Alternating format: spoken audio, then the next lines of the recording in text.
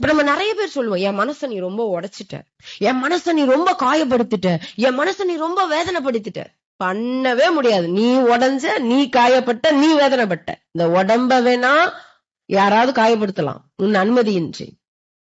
இந்த உடம்பை யாரோ ஒருவர் வேதனைப்படுத்தலாம் உன் அனுமதியின்றி. ஆனால் உன் மனதை நீ அனுமதிக்காமல் யாருமே காயப்படுத்த முடியாது.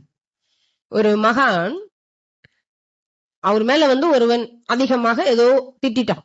அவர் பாட்டு போறாரு. எந்த ஒரு சலனமும் இல்ல. சீடன் கேக்குறாரு, என்ன குருவே அவன் அவ்வளவு உள்ள பேச்சு பேசுறான். திடீரென்று அங்கிருந்து ஒரு மரக்கலை முறிந்து அவன் மேல விழுது, சீடன் மேல. அவனுக்கு கோவம் வருமா? மரக்கலை உடைச்சு தூளாக்குனா அவனை எப்படி பாப்பீங்க நீங்க? இன்னைக்கு இந்த மரக்கலை ஒரு வழி பண்றேன், என் மேல விழுந்து எனக்கு வலிக்குதுன்னு சொல்லி அவன் செஞ்சா நீங்க எப்படி பாப்பீங்க? அவனை முட்டாள், என்ன இது இப்படி இருக்காங்க, அந்த மரக்கலை அப்படித்தான்.